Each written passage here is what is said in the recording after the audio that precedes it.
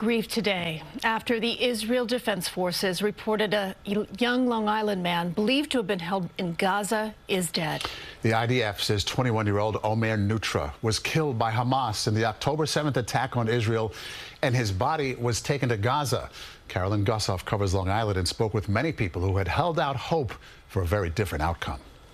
And the ones who were deceased. This wall of hope has, for 422 days, given hope that some of these faces would be seen alive again.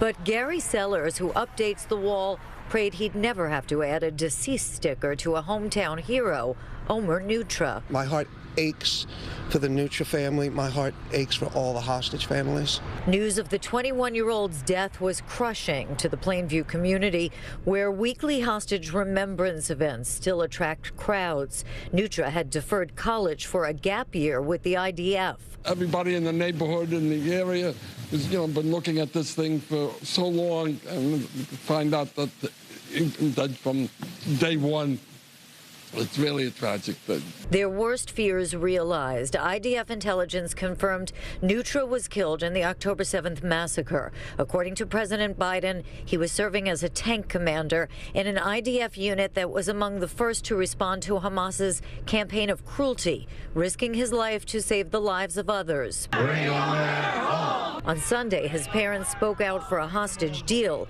as they have done across the globe, from Central Park. We need to finish this war and bring ceasefire and get the hostages back. To the State of the Union, to the Republican National Convention. Not knowing whether your son is alive.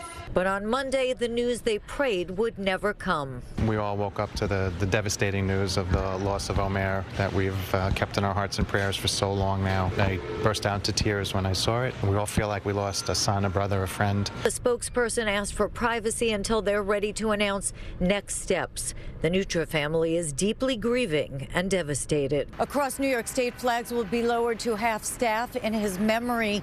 Neutra, the grandson of Holocaust survivors, dreamed of dedicating his life to building peace. In Plainview, Long Island, Carolyn Gusoff, CBS News, New York. And a memorial service is being held tomorrow at the Midway Jewish Center. In the meantime, President-elect Trump is demanding the remaining Israeli hostages be released by the time he's back in the White House.